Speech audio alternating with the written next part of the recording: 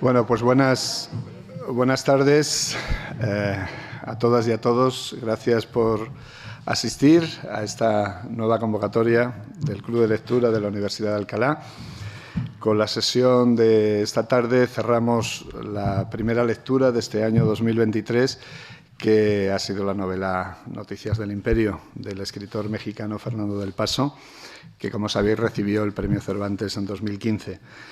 Es una novela que en la edición que yo tengo tiene 700 páginas y quiero felicitaros a todas y a todos los que habéis culminado la lectura. Hemos subido juntos una de las cumbres yo creo que es una de las cumbres de la literatura en lengua española. Yo creo que desde esta altura se ven unos horizontes en la narrativa que son interesantes. Aprende uno a ver desde ahí las cosas de otra manera.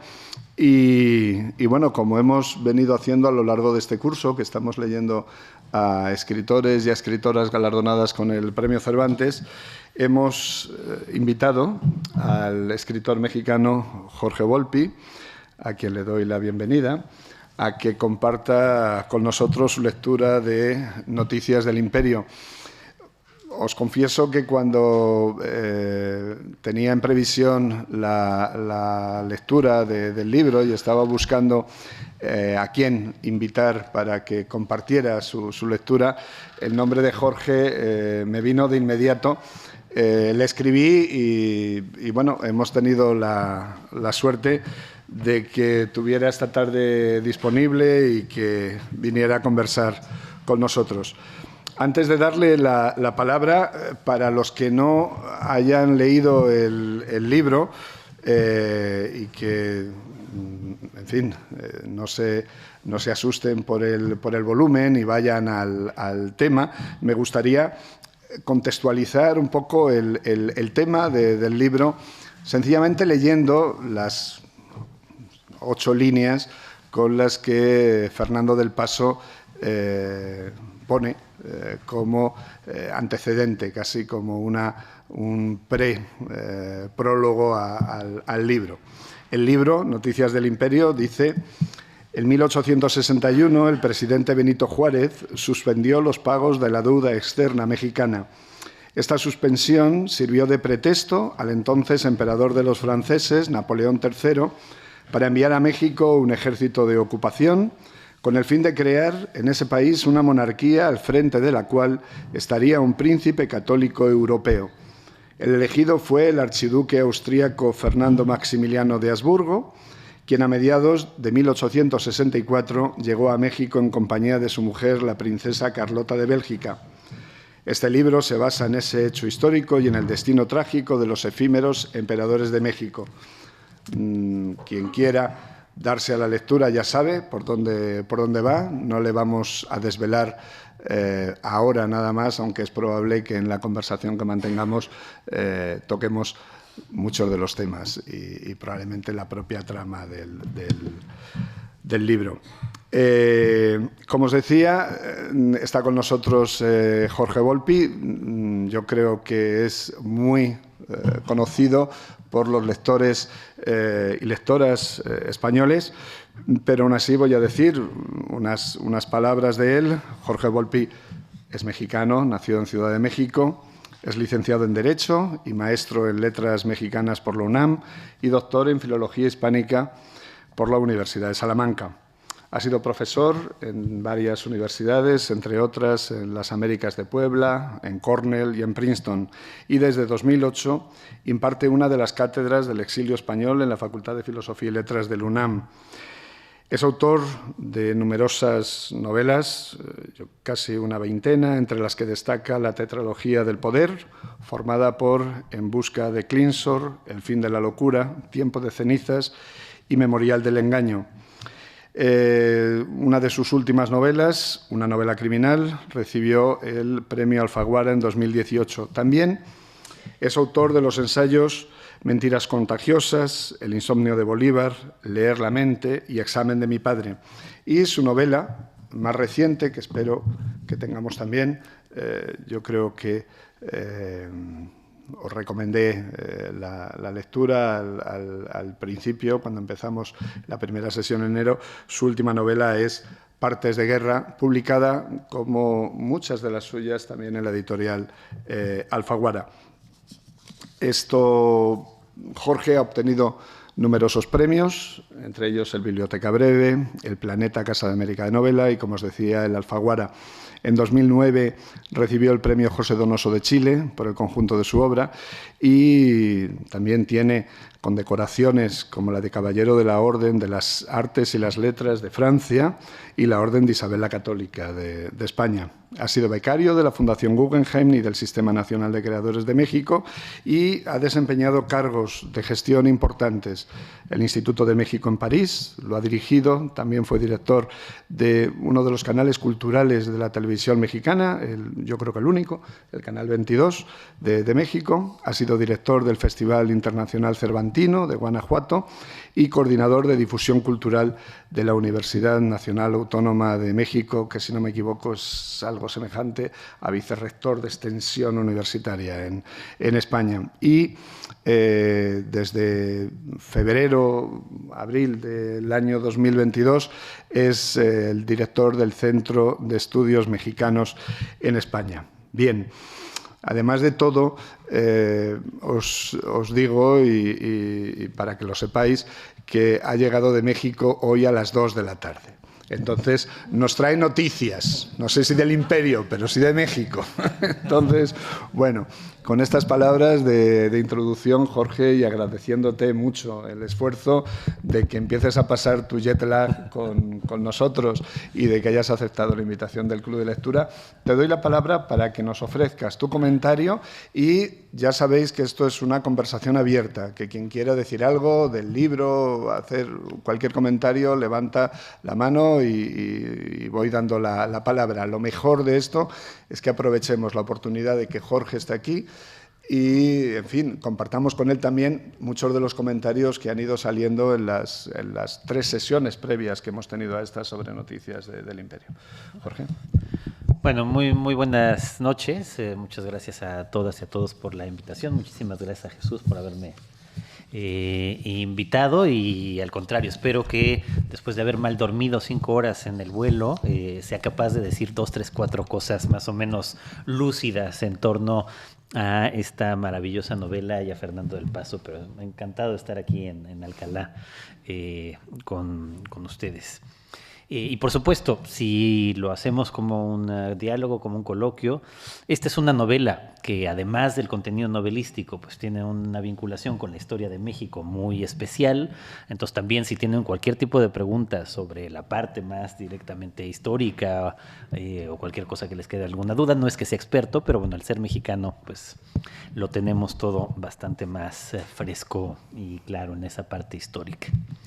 Y cuando me invitó Jesús, yo le decía que me daba mucho gusto por 2 razones. Una, porque se trata no solo de una de las mejores novelas mexicanas, no solo de una de las mejores novelas latinoamericanas del siglo XX, sino yo creo que, como lo decía Jesús también, yo creo que una de las cumbres de la literatura escrita en español en general. En segundo lugar, porque para mí personalmente fue una obra que desató justamente en muchos sentidos mi vocación literaria. Le contaba yo a Jesús que la primera vez que yo publiqué una nota en prensa, siendo muy joven, fue precisamente cuando se publica Noticias del Imperio, y sobre mi lectura, primera lectura, la he leído en 2 ocasiones. Tengo que confesarles que no la acabo de leer, o sea, la he leído 2 veces. Es una obra monumental, entonces no, la última vez yo creo que fue cuando la di en clase en la UNAM, en uno de mis cursos, hará unos 6, 7 años. Entonces no la tengo del todo fresca, pero en cualquier caso la estudiamos en la UNAM, en esta cátedra del exilio español. Y me parece una de los monumentos escritos en nuestra lengua. Fernando del Paso es un escritor bastante excéntrico, en cualquier caso, en el panorama ya directamente de la literatura mexicana. Pertenece a esta generación prodigiosa que normalmente llamamos en México generación del medio siglo. No tanto, bueno, sí, coincidían con el medio siglo del siglo XX, ¿no? Con los años 50 es cuando empiezan a escribir ellos. Pero sobre todo se llama así porque existió una revista en la Facultad de Derecho de la UNAM que se llamaba Medio Siglo, donde participaron muchos de sus miembros y particularmente el más conocido de todos de mucho tiempo, Carlos Fuentes. Y los contemporáneos a Fuentes y a esa generación se les conoce normalmente como generación de medio siglo. También se le llama generación de Casa del Lago. La Casa del Lago es una dependencia de la UNAM, de la universidad en la que yo sigo trabajando y de la que fui en efecto vicerrector de Cultura. Y es una de las primeras instituciones culturales importantes de México en los años sobre todo 50, 60 y desde entonces sigue siendo parte esencial de la vida en México. Y en ese lugar se reunían también muchos de estos miembros de esta generación y por eso también ha tenido el nombre. Ahí hicieron muchas actividades, sobre todo dirigidas por algunos mayores que ellos. El director de la casa era Juan José Arreola y Octavio Paz, uno de los principales colaboradores de actividades de poesía y de escena en un programa que se llamaba Poesía en Voz Alta. Entonces también se le conoce así. Digo, otros miembros de la generación son la generación pues, probablemente más brillante que ha habido en la literatura mexicana en el siglo XX, y eso que hemos tenido la generación del Ateneo de la Juventud o la generación de contemporáneos, pero probablemente la del medio siglo, si vemos los nombres, sea la más impresionante. En esta generación es no solo Carlos Fuentes y el propio Fernando del Paso, es también la generación de Sergio Pitol, también premio Cervantes, de Elena Poniatowska, también premio Cervantes, de muchos otros escritores fascinantes, menos conocidos tal vez, Salvador Elizondo, Juan García Ponce, Inés Arredondo, la propia Elena Garro. Y Fernando era contemporáneo, no tan cercano a todo este grupo, pero sin embargo compartían muchísimos intereses de ese México postrevolucionario, ese México, digamos, que por un lado estaba saliendo del nacionalismo, que buscaba inspiración en grandes modelos, sobre todo europeos y estadounidenses, para darle una nueva vida a la literatura mexicana, que dejaban atrás el nacionalismo más realista de los años anteriores y más comprometido para buscar, digamos, temas distintos. Del Paso también es único en el sentido, ustedes lo sabrán, de que sus 3 grandes novelas, escribió 4, pero sus 3 grandes novelas les dedicó pues, cerca de 10 años a cada una. Y es evidente pues, en el tamaño y en la investigación y en la ambición que tienen José Trigo, que tiene que ver con el movimiento ferrocarrilero mexicano de esos años, Palinuro de México, que tiene que ver con el movimiento del 68, y esta Noticias del Imperio. Son todas novelas de lenguaje, novelas en donde se revela esa profunda pasión que Fernando del Paso tenía por la lengua y cómo transformar una historia a partir sobre todo de cómo contarla, utilizando también una enorme experimentación formal, más en José Trigo y en Palinuro, que lo que vamos a encontrar ya mucho más decantado en Noticias del Imperio. Fernando sale bastante pronto de México, vive muchísimos años en Londres, fue locutor de la BBC, traductor, luego se incorporó al servicio diplomático, fue cónsul general de México en París y finalmente regresó a México a dirigir la Biblioteca de Guadalajara, que luego adquiriría el nombre justamente de Octavio Paz. Noticias del Imperio, me parece, aunque las otras 2 novelas anteriores también son prodigiosas, y aunque la siguiente, casi un divertimento de Fernando, Linda 67, es una novela policíaca no muy al uso, pero en cualquier caso parecería que Noticias del Imperio es su obra maestra. Y es maestra en muchos sentidos, en cómo abordar un pasaje muy conocido para los mexicanos de nuestra historia, la intervención francesa le llamamos, y el Segundo Imperio. El primero fue el que instauró Iturbide cuando se lleva a cabo la independencia de España, y que también es un imperio muy efímero, hemos tenido los 2 igual de efímeros, y el segundo es el de Maximiliano de Habsburgo. Y lo que a mí me parece prodigioso es la manera como Del Paso, con una investigación larguísima y con este decantamiento de una década de trabajo en este libro, consigue en todo momento mezclar historia, ensayo y ficción de una manera muy asombrosa y muy poco usual para la época. Digamos, probablemente la única novela que podría tener como un componente semejante a este, y ellos mismos lo llegaron a hablar en su momento, es Terra Nostra de Carlos Fuentes, que es menos una novela histórica, pero que no deja de tener una parte importante sobre la corte de Felipe II, la conquista de México, etcétera, con una reinvención novelística muy propia del boom de esos años. En cualquier caso, lo que hace Del Paso en esta novela pues, es asombroso en ese sentido. Hay un cambio de registro de capítulo a capítulo, hay una mezcla entonces de discursos realmente fascinante y simplemente ahora revisándola de nuevo la novela, lo que les quería decir que a mí desde la primera ocasión me pareció muy interesante es precisamente la muy compleja y muy interesante estructura narrativa que tiene la novela.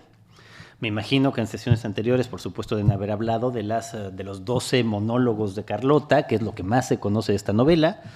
De hecho, ha habido quien ha querido sacar esos 12 capítulos de Carlota y tenerlos como si fueran una novela aparte. Pero bueno, no, en realidad la estructura misma descansa en la voz de Carlota, la convierte en un personaje fascinante. Es un gran dispositivo narrativo que además le permite a Del Paso esa reinvención y ese enloquecimiento casi barroco lingüístico, pero que queda perfectamente en voz de Carlota, pues la emperatriz loca, tantos años después en el castillo de Bouchot, cuando ella simplemente se dirige al fantasma de Maximiliano, su marido muerto, pero también al fantasma de México y al fantasma de la historia, y entonces esos monólogos son prodigiosos. Se han interpretado muchas veces también en teatro, se ha convertido en teatro toda la parte de los monólogos, y también hay una ópera basada precisamente en los monólogos de Carlota, que se estrenó con la aprobación todavía Del Paso hace unos años. Entonces están todos los capítulos en 1927 del Castillo de Bouchot, es decir, los monólogos enloquecidos de Carlota, y luego propiamente el resto de la novela, que sería, digamos, la otra parte. Y es muy interesante cómo lo estructura Del Paso y lo que va haciendo. Él quiere al mismo tiempo ser totalizador, contar toda la historia, tanto la macrohistoria como la pequeña historia. Y para ello se vale tanto de recursos del historiador mismo como de recursos absolutamente literarios, y algunos muy arriesgados. Simplemente para recordarles, ustedes la tienen aún más fresca que yo, pero bueno, los capítulos pares serían los capítulos que ya no son los monólogos de Carlota, sino donde se va estructurando propiamente la historia de Maximiliano, de Carlota y por supuesto de Juárez, que es el otro gran personaje de la novela, ¿no? Nuestro presidente más conocido del siglo XIX, liberal, indígena, y una personalidad en cualquier caso también muy interesante para la época.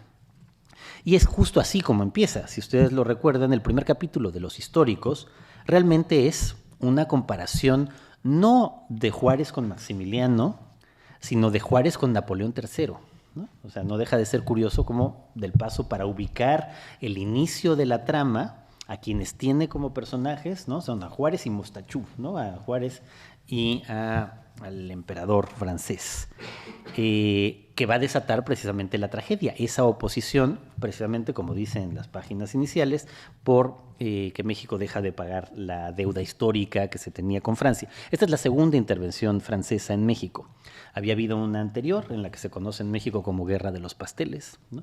En donde también, aparentemente por un pastelero francés que le debía dinero al gobierno mexicano, entonces también nos invaden unos días, pero en cualquier caso también es bastante corta. Bueno, esta segunda intervención aparece ahí.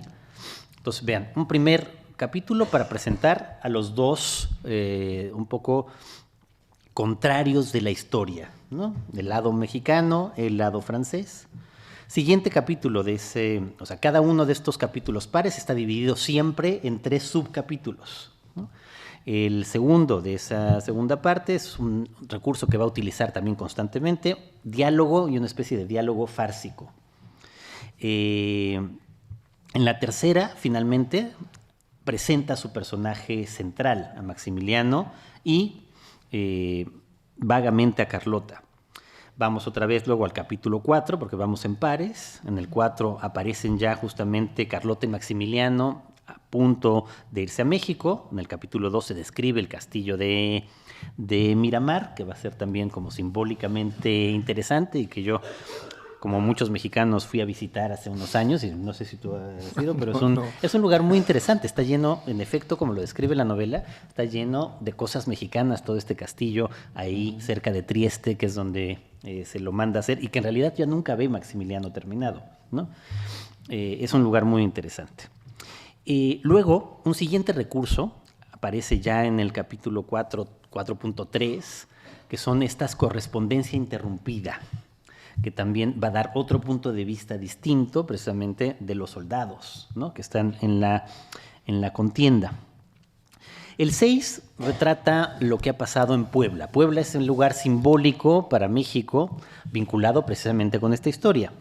Es la famosa para los mexicanos batalla del 5 de mayo, que luego en Estados Unidos es 5 de mayo, y celebran como Día en general de la Hispanidad, pero tiene que ver porque es la única batalla que ganamos realmente en esta guerra de invasión francesa. Pero sobre todo describe también cómo, acabada esa, luego viene el sitio de Puebla y cómo en realidad perdemos muy rápidamente, y eso va a desatar justamente ya que la intervención francesa y la posibilidad del imperio pueda llevarse a cabo, ¿no? Capítulo, digamos, 6.2 es las informaciones que le llegan a Juárez, que es otra vez punto de vista de Juárez, vuelve al punto de vista de lo que le dicen de Maximiliano, otra vez utilizando el diálogo.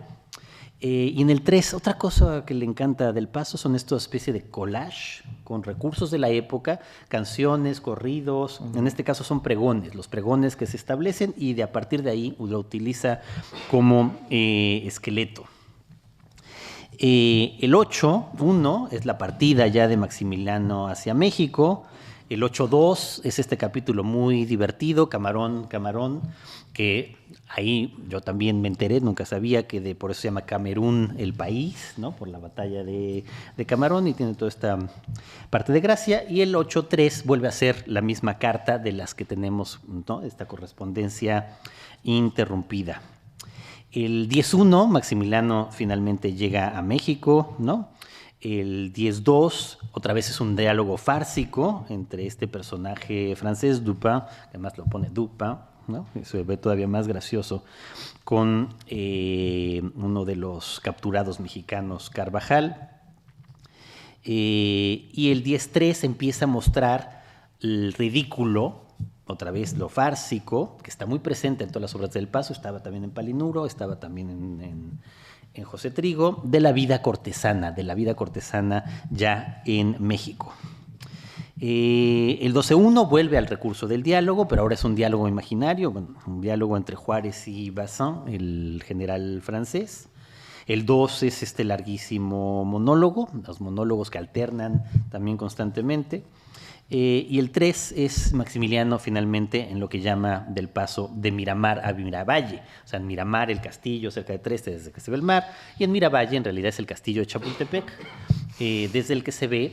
Yo vivía hasta hace poco muy cerca de ahí, desde el castillo se ve toda esa zona de México que en esa época pues estaba bastante vacía en cualquier caso, pero bueno, es un lugar simbólico. El castillo de Chapultepec también es importante en la otra invasión que tuvimos, la de Estados Unidos, donde los cadetes se enfrentan al ejército estadounidense y hay este episodio mexicano de los niños héroes, pero bueno.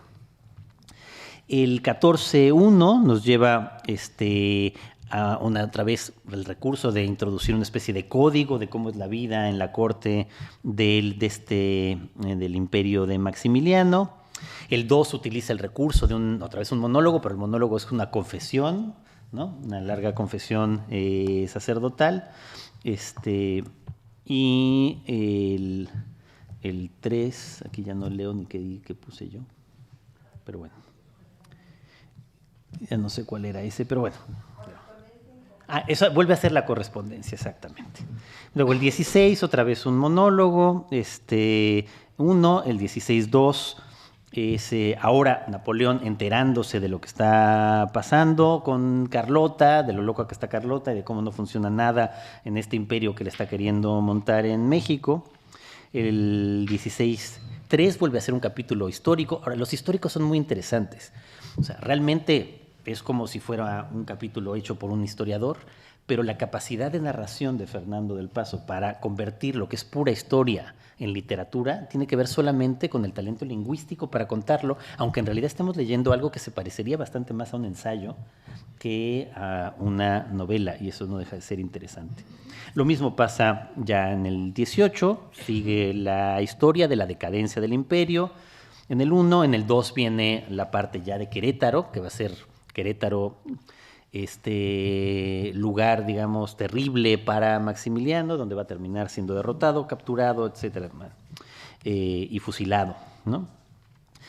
Bueno, los capítulos estos de las seducciones, el 2 está en el 18-3.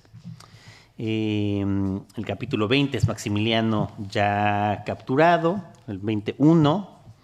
El 22, el corrido del tiro de gracia, otra vez el recurso de ir hacia los corridos mexicanos, pero en este caso tragicómico, sobre el tiro de gracia, y el 3 sobre los ojos que le van a poner a Maximiliano una vez que esté fusilado. Entonces, otra vez viene la parte más burlesca de la novela, casi picaresca, para llegar ya a la última parte, la parte trágica. El 1 en las increpaciones a Juárez. El 2, histórico otra vez, es el corolario de la parte más histórica de la novela, con la que cierra la parte histórica. Y finalmente, en el 22-3, es el ceremonial para el fusilamiento del emperador, ¿no? Que otra vez juega con todos estos códigos y formas de la vida cortesana. Y terminará, bueno, otra vez con el último monólogo de Carlota. Simplemente decir cosas hasta aquí, ¿no? De esta novela fascinante.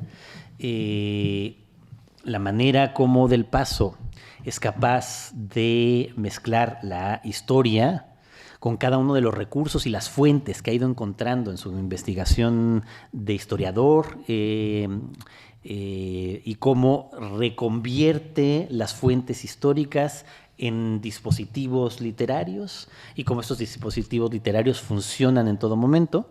Y hace una novela que en la edición de Jesús tenía esas, pero en esta edición, que es de bolsillo, llega casi a las 900 páginas, ¿no?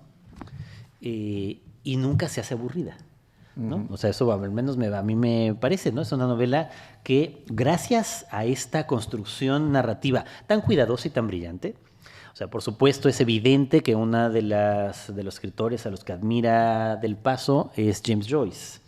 Y de la misma manera que Joyce articula el Ulises, como cada día, cada capítulo se refiere directamente a la Odisea y todo tiene una correspondencia. Bueno, la arquitectura formal de Noticias del Imperio también es así de minuciosa y de asombrosa.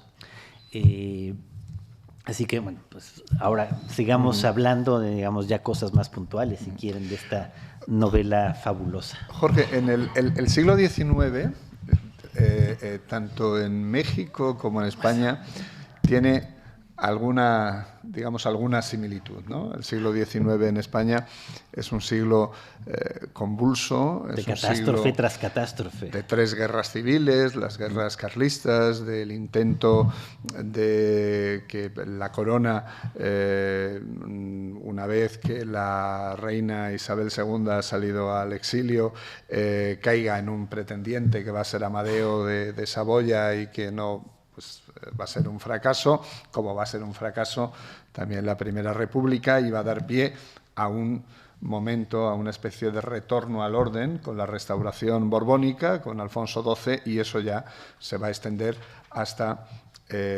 1931 con la proclamación de la República. Y va a haber un largo periodo también con sus muchos problemas internos, pero, digamos, se puede ver una especie de digamos, de tranquilidad o de reposo, desde luego muy diferente al que se había vivido anteriormente. Sin embargo, ese siglo no creo que esté presente en la vida de ningún español. O sea, si a alguien se le pregunta qué quedó de Amadeo de Saboya, puede que la respuesta sea quién fue Amadeo de Saboya. Es decir, no creo ni siquiera que esté incorporado como personaje nacional. Sin embargo, quería preguntarte qué queda, si queda algo, en el México de hoy, de esa presencia de Maximiliano, de Carlota, del Imperio. ¿Eso hoy se nota, se percibe en algo? ¿Dejó algo que algunos de los que estamos presentes o que nos están viendo van a México y dicen, mira, pues puedes notarlo en estos aspectos? Sí, a mí me ha dado la impresión, digo, yo he vivido en España largas temporadas desde hace 25 años y también, bueno, tengo nacionalidad española también. En cualquier caso, siempre me ha parecido curioso cómo hay una especie de olvido del siglo XIX en España en general, quizá por los horrores del XX, pero nosotros tuvimos también horrores en el XX y aún así, también en el XIX la marca todavía queda muy fuerte. Pero bueno, eso también tiene que ver con que la nación mexicana, vista desde el punto de vista del nacionalismo moderno, nace con la independencia. En cambio, España, pues la historia es más antigua. Entonces, tal vez es mucho más fuerte el trauma de la conquista musulmana que del siglo XIX, ¿no? Uh-huh. En nuestro caso, no. Porque lo que marca la nacionalidad mexicana es justamente la independencia. Y todo pasa en el XIX. Entonces, esas marcas están ahí muy presentes. Primero, la independencia del imperio de Iturbide. Nadie se acuerda y nadie le importa mucho, pero digamos, la independencia, por supuesto, es el momento fundacional de la nación y así se le ha visto desde entonces. Es uno de los mitos nacionales. De la independencia, inmediatamente pasamos al combate feroz de todo el siglo XIX entre liberales y conservadores, que sigue tan presente como que hoy día el presidente López Obrador, el presidente que tenemos ahora, todas las conferencias de prensa que da todas las mañanas es para acusar a los otros de ser los herederos de los conservadores del siglo XIX, les llama conservadores y él se dice liberal. Es muy probable que él sea conservador, pero en cualquier caso el discurso es de que los otros son los conservadores y por lo tanto los malos, y él es el heredero de los liberales, es decir, de Juárez.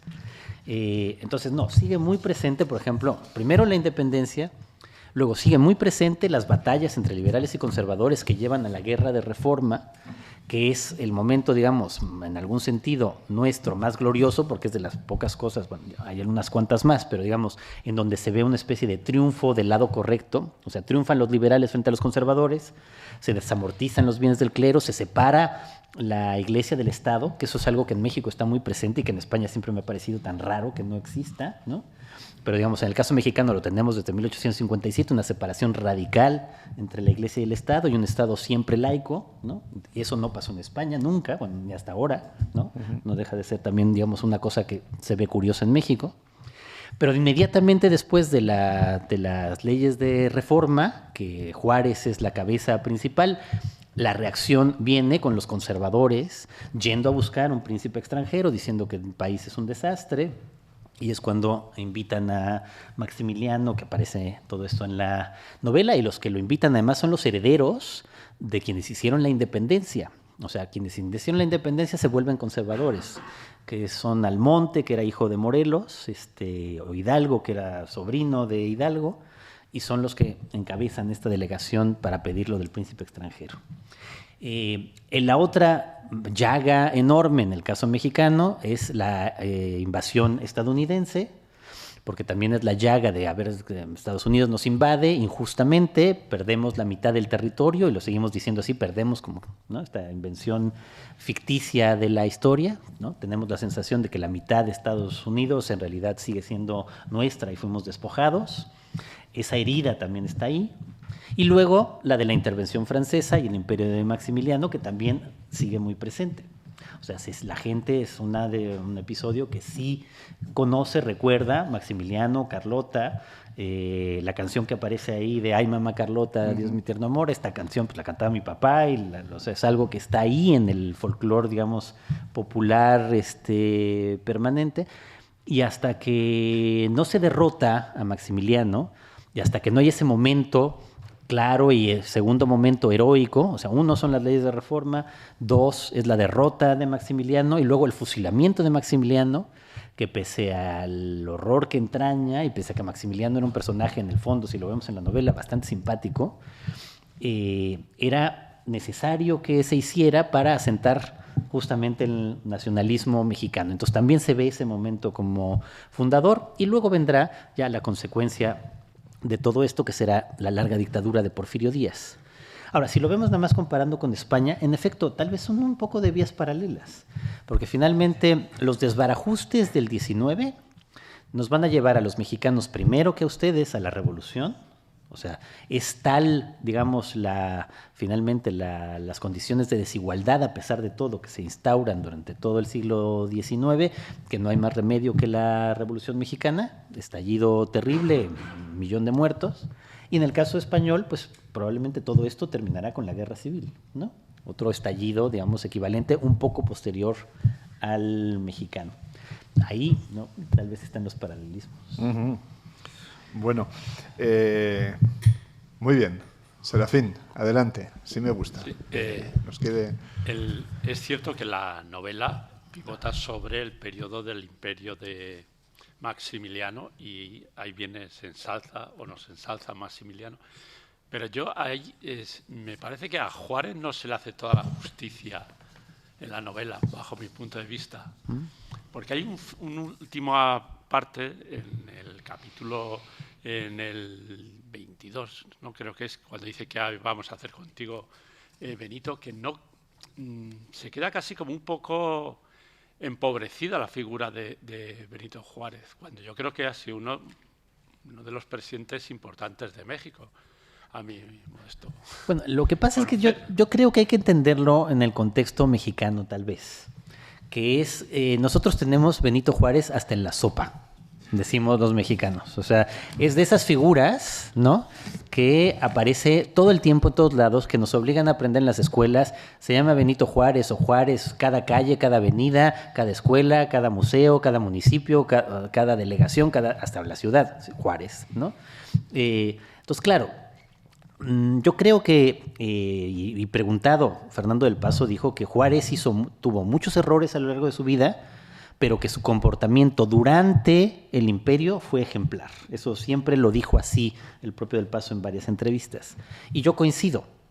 O sea, después de eso, Juárez, digamos, un poco la historia lo reivindica como el gran héroe del 19, porque se muere a tiempo, que también tuvo la fortuna de morirse a tiempo. Si no, lo más probable es que se hubiera convertido en el dictador que luego fue Porfirio Díaz. Esa es la sensación que daba en sus últimos años Juárez. Pero bueno, su momento, durante lo que se cuenta de la novela, realmente sí es ejemplar. Pero yo creo que Del Paso, pese a que la novela, yo creo que no deja de tener un componente nacionalista mexicano fuerte, heredero de la revolución. O sea, Del Paso no se lo consigue quitar del todo. Pero tampoco podía terminar en la novela, yo creo, con otra estatua de Juárez, dentro de las miles que tenemos los mexicanos en cada cosa, en las monedas, en los billetes. No podía.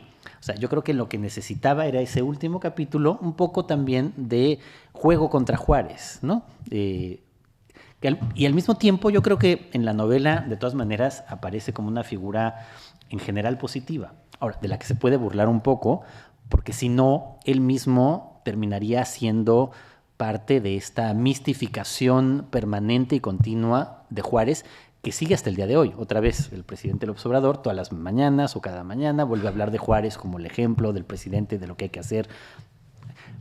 Se ha convertido, pues, en una especie de superhéroe, y tampoco lo puede ser para una novela compleja, ¿no?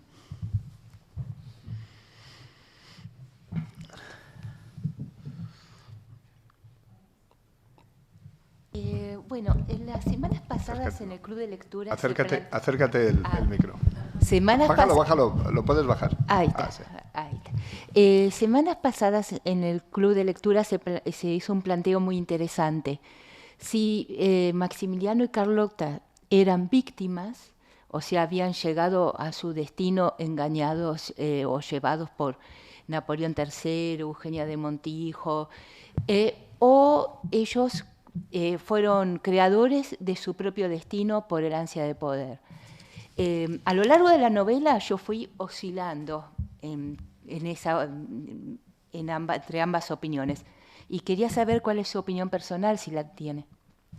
Sí, pues yo creo que tanto en la historia, por lo menos como yo la interpreto, y en la novela, como la interpreta Del Paso, son las dos cosas, y eso es lo que los hace personajes tan interesantes en la novela. Por supuesto que son en algún sentido víctimas, ¿no? Se nota en los capítulos en donde les van a decir, no, los mexicanos los quieren mucho, vénganse para acá, los van a recibir con los brazos abiertos, y Maximiliano realmente es, pero sí, de veras nos quieren, sí, muchísimo, ¿no? Y luego finalmente llegan y no se dan cuenta. Bueno, no se da cuenta ni siquiera Napoleón, que está nombrando un príncipe católico, y sí, además de la casa de Habsburgo, pero liberal.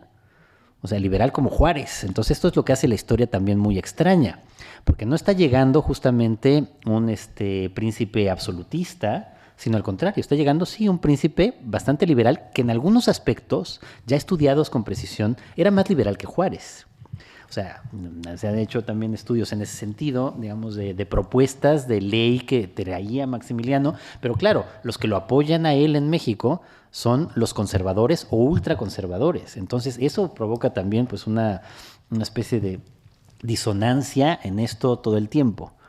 Entonces, bueno, engañados, no sabemos qué tanto. Víctimas, sí va a terminar siendo víctima, es un peón más en el juego geopolítico de la época, y cuando finalmente ya sea tan caro, o sea, si pensamos yo lo pensaba, digamos, de otra manera. La intervención francesa y el imperio de Maximiliano en el 19, si tratáramos de encontrar un paralelismo más cercano, pues se parece, digamos, a la invasión de Estados Unidos de Irak y Afganistán, o de la Unión Soviética de Afganistán, en donde creen que van a civilizar un país, creen que lo van a gobernar, creen que además la gente los recibe como héroes porque los están salvando de los anteriores que eran peores. Luego se dan cuenta de que nadie los quiere, ¿no? Cometen un error tras otro, y después de años y años, finalmente aquí es más corto, pero si pensamos en el tiempo de los soviéticos en Afganistán o de los estadounidenses, los gringos en Afganistán y en Irak, es todavía mucho más largo, hasta que se dan cuenta de que es una guerra inútil, cara, que nunca la van a poder ganar, y entonces mejor se retiran. Y eso es exactamente lo que pasó en este caso. O sea, el tipo de acción colonial no es muy distinta, ¿no? Era casi como un ensayo, ¿no? Debieron de haber visto lo que había pasado con Maximiliano en México para ver lo que iba a pasar poniendo un virrey en Irak y otro en Afganistán. Pues obviamente no iba a funcionar. No funciona así, digamos, nunca, cuando viene alguien de fuera a tratar de estabilizar y civilizar un país, nada más porque sí. Entonces, y al mismo tiempo, por supuesto que también hay ambición y hay deseo de poder de Maximiliano. Tampoco era exactamente una dulce paloma, ¿no? O sea, finalmente era un príncipe, su hermano era el emperador, quería un imperio también para él, y por más que crea que la gente lo estaba llamando y vitoreando para que llegara finalmente a poner un poco de orden en ese país medio salvaje que era México, y por más que él se enamorara en buena medida de México e intentara saber de México y aprendiera todo lo que podía y hiciera esfuerzo, pues no dejaba de ser también una aventura de ansia de poder. Entonces, yo creo que lo interesante, como tú misma lo decías y que se nota en la novela, es cómo oscila uno entre, o sea, estos son solo víctimas o en realidad también son los aprovechados. Y son las dos cosas, yo creo, ¿no? Yo lo comentábamos en alguna de las sesiones que, desde mi punto de vista, Carlota, que protagoniza ese monólogo, ese largo monólogo bastante enloquecido, creo que enloquecido y en ese enloquecimiento hay mucha lucidez. Hay grandes momentos en los que uno siente que es una especie de Quijote, ¿no? Ahí, yo creo que del Paso pensaba en Don Quijote a la hora de escribirlo, ¿no? Claramente. Sí, porque hay momentos en los que es capaz ese personaje de entender lo que está sucediendo de una manera que es muy totalizadora, es decir, engloba muy bien todo lo que ha vivido, porque es quien más ha vivido, además de todo ese mundo, ha visto caer todo. Pero me parece que situarla en ese lugar en el que aparece en la novela la empequeñece en su dimensión política. Porque a mí me parece que la gran política es Carlota. O sea, creo que quien realmente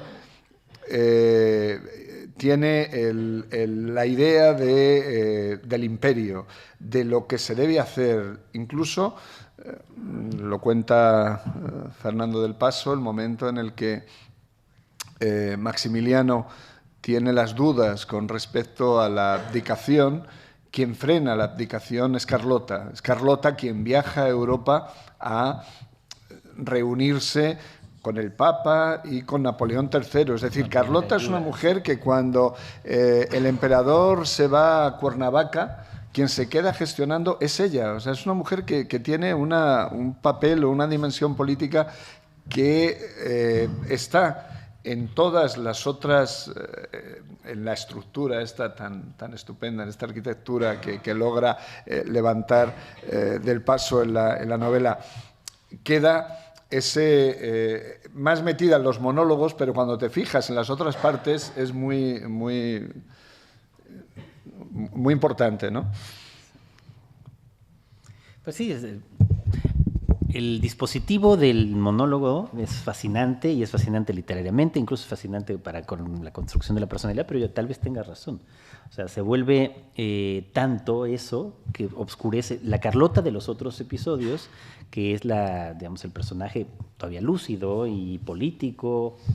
No pareció nunca Carlota una especie como de Lady Macbeth o alguien que realmente era quien gobernaba en el trono, no, nunca a tal grado, pero en efecto ella sí era parte integral de la dupla que gobernaba. En ese sentido yo creo que sí. Sí, es decir, tenía algo más que lo que se puede suponer de un consorte. Es decir, sí, emperatriz, ¿no? Su cuñada es más decorativa, tiene un papel más decorativo. Acabo de ver la película Carnage, no sé si ya la vieron, que es la película que está nominada por Austria a los Oscar, que es sobre Sisi. Es un personaje, digamos, en la película también es interesante, digamos, también su locura y su rebeldía al mismo tiempo que la de Carlota. Sí. Y luego el sustrato que hay también en la novela me parece muy interesante, como en ese momento en el que transcurre surge una gran cantidad de retórica nacional, ¿no? O sea, hay como una gran fabricación de retórica. Se cambian los nombres de las ciudades, ¿no? Heroica ciudad de Puebla, de Zaragoza. Sí. O sea, es una cosa así que dice, joder, es el reconocimiento ya por todas partes, ¿no? Hoy hacemos eso todo el tiempo. Los mexicanos nos encanta eso. Entonces, sí, por ejemplo, es la heroica Puebla de Zaragoza. Bueno, ahí sí se ganó una batalla, es cierto. Pero también es el heroico puerto de Veracruz. Heroico puerto de Veracruz, donde siempre perdimos. O sea, nos invadieron cada vez que llegaron. Primero, heroico, 3 veces heroico, porque igual llegaron los gringos una vez, tomaron Veracruz y luego nos invadieron. Luego llegaron los franceses en la Guerra de los Pasteles, toman Veracruz y también. Y la tercera es esta, que también llegan los franceses, también lo toman. Entonces, 3 veces heroica, pero habiendo perdido. Sí. Jorge, en la generación de escritores a la que tú perteneces, ¿cómo se ha recibido la narrativa de Del Paso y una novela como esta? Para mi generación fue fundamental. Para mi generación, realmente, los escritores de la generación de medio siglo son los que nos formaron a nosotros.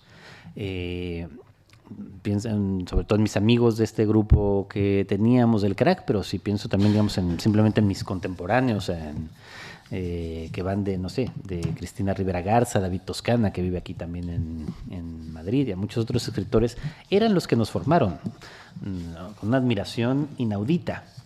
Cuando al cabo del tiempo terminamos conociéndolos, yo terminé haciéndome cercano y en muchos casos amigo de muchos de esos escritores, ¿no? De Fuentes fui muy cercano, de Pitol, y traté bastante a Fernando del Paso, realmente era con una admiración inaudita. Lo que ellos hacían en sus novelas era lo que nosotros queríamos seguir haciendo todo el tiempo. Para mí en particular, mi modelo de escritor y de la mayor parte de las novelas que he escrito, pues pienso, no sé, En busca de Klingsor o cualquiera de estas otras, es Fernando del Paso, ¿no? Ahora que hablas de En busca de Klingsor, y hablando de tu narrativa, tú has escrito mucho tratando de indagar sobre las fuentes del mal, ¿no? Esta última novela, Partes de guerra, que está en la zona de Chiapas, entre México y Guatemala. De algún modo te preguntas por qué esas dos adolescentes matan a una muchacha de 14 años, ¿no? O sea, ¿qué es lo que hay ahí? Metes no a policías, no a militares, que el que conoce México sabe que no son de fiar para resolver nada. Metes un equipo de neurocirujanos, ¿no? Para que de algún modo den con esas raíces del mal. Siente uno una cierta... un cierto desaliento cuando lee uno novelas como Noticias del Imperio, que tienen esa profundidad histórica y que uno siente que deberían enseñar mucho a no repetir errores, porque además permiten no ver lo que ha sucedido en una única dirección, sino abordarlo desde muchas perspectivas, y eso te da un gran conocimiento, ¿no? Y, sin embargo, hay una obstinación en la historia, en repetirse, en volver a cometer el mismo error, y en tus novelas, en parte de tu narrativa, en donde tratas de desentrañar y denunciar también, de alguna manera, ese mal, ¿no?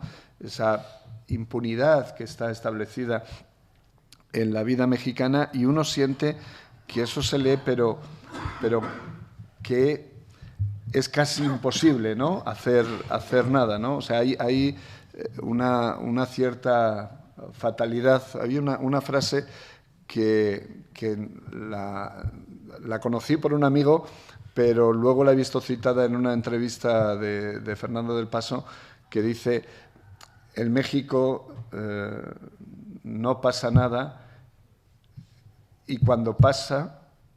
En México nunca pasa nada, y cuando pasa, no pasa nada. O sea, como una imposibilidad hoy, sabiendo que en las circunstancias de estos últimos años el problema real de México es la violencia. Y nada.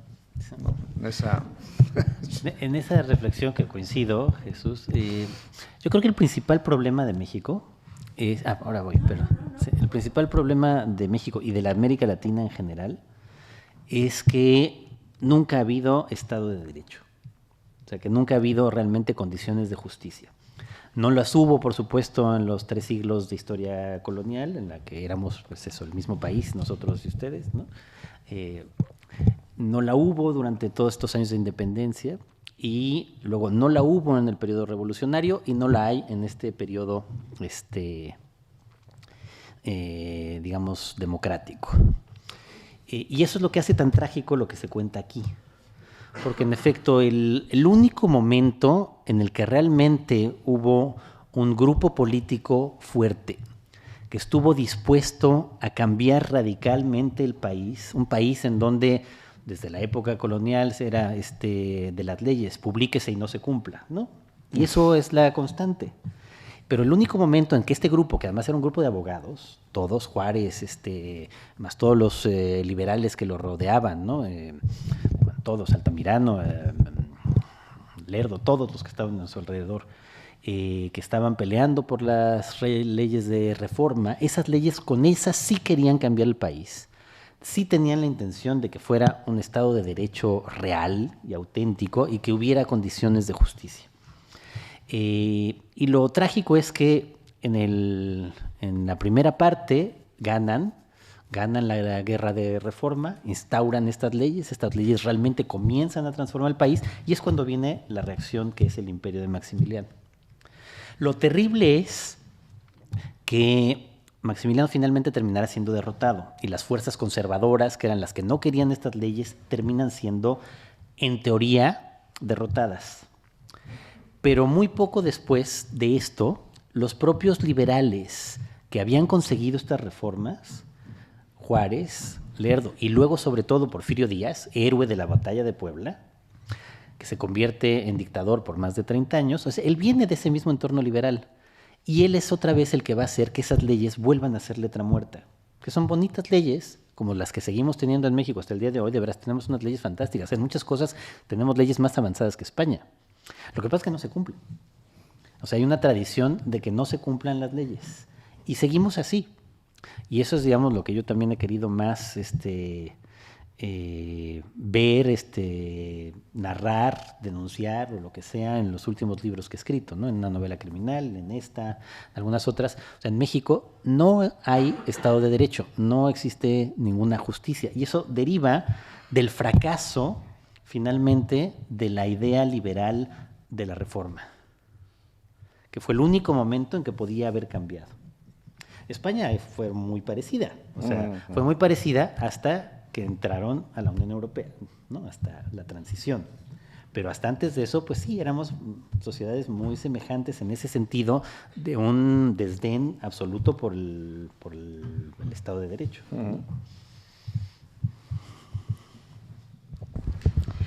Sí, a propósito de esa imagen del México actual, yo he leído la novela Partes de Guerra, y muy al principio, creo que es en el capítulo 1, hay una frase que a mí muy corta, dice, en esta carnicería que llamamos México, y sobrecoge, porque el México de ahora es para un español, bueno, no sé si para muchos españoles, no sé, desde luego para mí, que la imagen que hemos tenido durante mucho tiempo de México, de un país como México, era un país acogedor bueno, pues que recibió a cientos y miles de republicanos españoles después de la Guerra Civil o en plena Guerra Civil.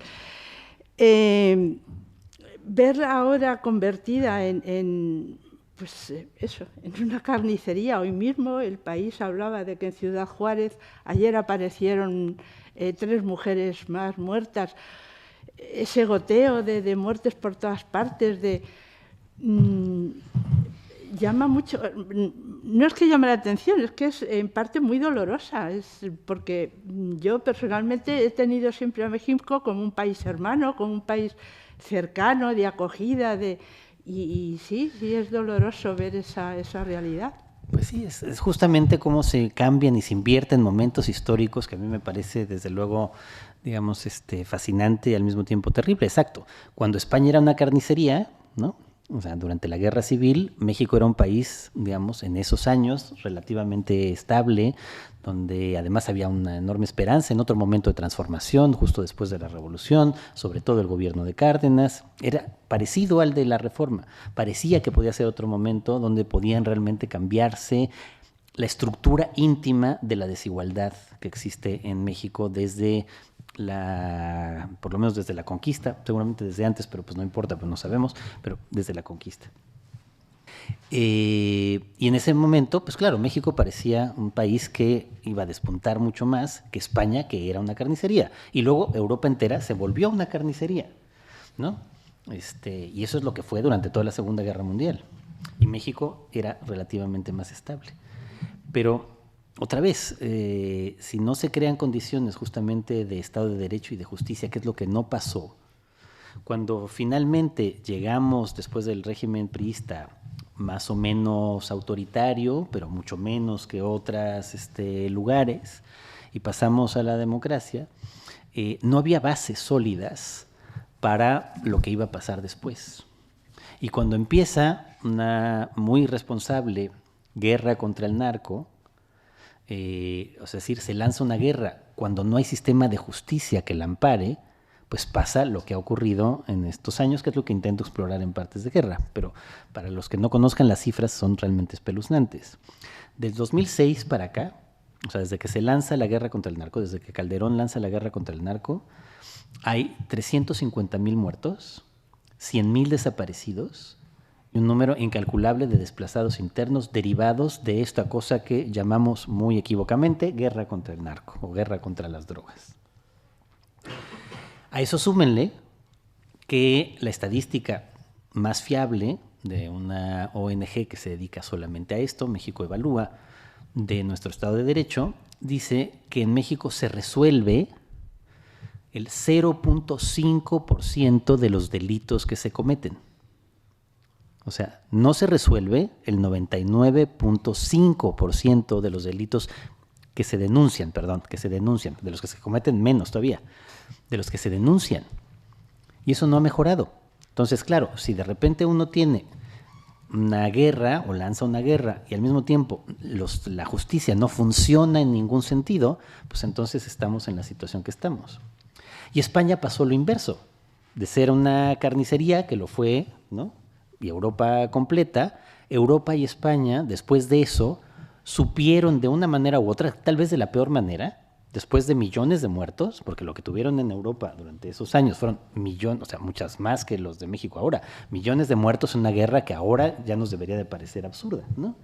Pero bueno, lo que pasó, el costo de eso es que luego sí lograron un sistema, sobre todo la Unión Europea, pero bueno, incluso los sistemas nacionales, en donde el Estado de Derecho, bien que mal, funciona. Y entonces por eso es como podemos estar aquí todos relativamente tranquilos, y en cambio México, no. En México las cifras son las que les acabo de decir, ¿no? ¿Quién tiene algún comentario, alguna pregunta, algo más que hacer? Que ya estamos en una hora. ¿Nadie se anima? Allá. Sí, adelante. Dale al botón verde, por favor. Acércatelo un poquito para que se te... Sí, pues al hilo de El futuro y la esperanza para Latinoamérica, me acordaba de su libro, El insomnio de Bolívar, y no sé si ese sentimiento de comunidad latinoamericana puede ser una esperanza de evolución o de una Latinoamérica mejor o más justa. Bueno, yo creo que a futuro, y ojalá, ¿no?, la idea de que América Latina pudiera tener un sistema parecido a la Unión Europea, ¿no?, debería de ser un anhelo, porque en efecto eso crea condiciones justamente de estabilidad y de equilibrio frente a la pavorosa desigualdad. Esa es la otra. México y América Latina sigue siendo la región más desigual del mundo. Entonces, se necesitan condiciones, pues, ya no solamente nacionales, sino realmente más allá de la nación para resolver ese tipo de problemas. Entonces, ojalá y hubiera algo semejante a la Unión Europea entre América Latina. Pues ese sigue siendo el sueño de Bolívar que nunca se ha llegado a cumplir. Tampoco se ve ahora ninguna condición para que se cumpla. Ni siquiera en el momento en el que Chávez, digamos, abanderaba de nuevo esto, que es más o menos cuando yo publicaba el libro, y que por lo menos el discurso era ese, y donde además gobiernos de ese tipo de izquierda iban ganando en varios lugares y donde hacían pactos entre sí, donde parecía que podía ocurrir, pues ahora, a ya más de 10 años de distancia de ese tipo de planteamiento, otra vez no hay nada semejante. Cada país, aunque ahora América Latina otra vez tiene una mayoría de gobiernos de izquierda, son izquierdas muy distintas unas de las otras, y no hay ningún proyecto en realidad común, fuera de cierta sintonía entre los presidentes de un país y otro entre sí, ¿no? Ahí en la web disponible tenéis la revista de la universidad, se llama, que es la revista de la UNAM. Es una revista que en el último tiempo que dirige la escritora Guadalupe Nettel toma un tema como referencia y en torno a ese tema se escriben distintos artículos. El último número, que creo que está colgado en la web, como os digo, se llama Revista de la Universidad. Es muy fácil llegar a ella y es muy interesante. Artículos que vale la pena leer. El último número bajo el título de Populismos, y tiene precisamente un artículo de Jorge que se titula De izquierda a izquierda, que es una reflexión sobre lo que pasa en América. Podría continuar a partir de ahí un poco las últimas palabras de Jorge que nos ha dicho. ¿Había alguien que quería hablar por aquí? ¿O no? Bueno, lo voy a leer ahora, Victoria, ahora te la doy. No, te doy la palabra, pero solo os quería leer un pequeño fragmento de una entrevista con Fernando del Paso, en donde el entrevistador le pregunta, dice, bueno, José Trigo se publicó en 1966 y al año siguiente, 100 años de soledad, con un éxito que se prolongó más de 10 años. ¿José Trigo quedó opacada por 100 años de soledad? Responde del Paso, no lo sé, pero son dos obras completamente distintas. Cuando uno lee ambas, se da cuenta de que es mucho más fácil que una escritura como la de García Márquez alcance una mayor popularidad, muchísima, que un libro como José Trigo, que es muy difícil de leer. Y le pregunta, ¿se le hace difícil de leer? Y responde del Paso, pues sí, porque lo escribí para que fuese difícil de leer. ¿De verdad? Y creo que tuve éxito. Solo por el comentario acerca de la dificultad de lectura cuando os aproximáis a ella. Victoria. Sí, un tema que no se ha comentado es que en esta obra el autor manifiestamente explica que la verdad no es clara, no está en una parte y que todo pues es una especie de medias verdades o medias mentiras, ¿no?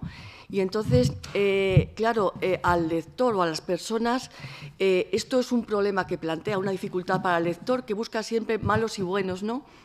Y entonces, lo que muestra claramente, ¿no?, es que todo está entreverado, ¿no? Y lo que decíamos de Maximiliano, es víctima, pero también es un intruso. Y después me llamó la atención el tema ese de la mentira, cómo estamos hablando del 19, y cuando ahora parece que hemos descubierto y se habla de la desinformación, cómo allí estaba ya presente en ese diario y cómo se estaba manipulando la verdad, ¿no? Eso por una parte. También he pensado, hablando de lo que es la monarquía y en qué se sustenta y todos esos fastos y cómo deslumbra al pueblo. Y entonces, claro, leyendo esto y después pensando en todos los actos del enterramiento de Isabel II de Inglaterra, estamos hablando de Europa, pero estamos hablando del siglo XXI, ¿no? Entonces, a mí me parece un tema interesante. Si realmente pues, los pueblos necesitan estos seres, estos relatos, mostrar que están en otro plano, ¿no? Y claro, llama la atención, efectivamente, va a ir a México y está pensando todo en el protocolo y en la vestimenta, ¿no? Y entonces uno dice, a ver, pero las jerarquías, conocer a dónde vas, cómo gobernar, y está pensando en esas cosas que nosotros consideramos superfluas, pero que es y está ligado a lo que es el sustento de una monarquía, ¿no? Simplemente eso. Pues muy buenos las dos observaciones, me parece, muy interesantes. La primera, sí, yo creo que Del Paso, y eso lo hace tan gran novela, es precisamente que no es una novela marcada ideológicamente para decir que los mexicanos somos los mejores y derrotamos a Maximiliano, que eso hubiera sido muy sencillo, ¿no? Hay matices, hay zonas grises todo el tiempo. Yo creo que eso es lo que lo hace la novela también formidable, y por eso incluso Juárez, que es el héroe de la historia, a lo mejor por eso no parece tan héroe, y también tiene, ahí ya se puede uno burlar de él y tiene sus propios lados también más grises en la novela. Y Maximiliano, por supuesto, que para los mexicanos sería el villano, y que además siempre nos lo han enseñado así en la escuela, leyendo la novela pues no es tan villano, ¿no? O sea, es mucho más que un simple villano, y eso lo hace, desde luego, mucho más interesante. Y lo segundo es que, claro, yo creo que con nuestros dos efímeros imperios, el de Iturbide, que está muy bien contado en una novela de Rosa Beltrán que se llama La corte de los ilusos, y el efímera corte de Maximiliano, eso sí hizo que hemos hecho casi todo mal en México, pero por lo menos quedamos vacunados contra las monarquías, ¿no? Porque no importa si leemos la descripción de veras de la corte de Iturbide, que hace Rosa, es fantástica, la que hace aquí del Paso es todavía, ¿no? Y es delirante lo que es cualquier monarquía, y uno ve, digamos, The Crown, y por supuesto están preocupados por las mismas cosas que estaba preocupado Maximiliano cuando llegaba a México. En el fondo, con todo respeto, pero toda monarquía es ridícula, ¿no?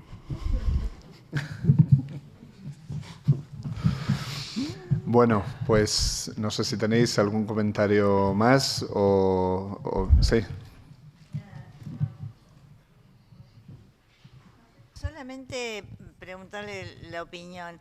Lori Sanata dice que los populismos latinoamericanos son los líderes populistas son mesiánicos.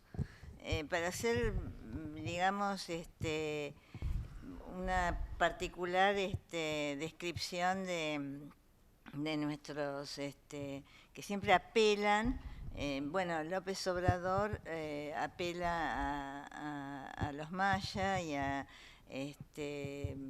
también Maduro con el pajarito que le habló o que viajó al futuro. Siempre hay en los líderes, dice Sanata, un componente mesiánico que estaría emparentado con el realismo mágico, ¿no? Que es como una manera de ver la realidad del pueblo latinoamericano. ¿Eso es así según su punto de vista? Sí, yo creo que tenemos estos liderazgos, no solamente en México y en América Latina, aparecen constantemente por todos lados, ¿no? Y hay unos, digo, incluso en la Unión Europea, si vemos a alguien como Orbán, pues está cerca de esto mismo, adentro de la Unión Europea, no hay que irse demasiado lejos, ¿no? Donde más que lo mesiánico, claro, es un término fuerte, pero sobre todo son líderes que se dedican a minar cualquier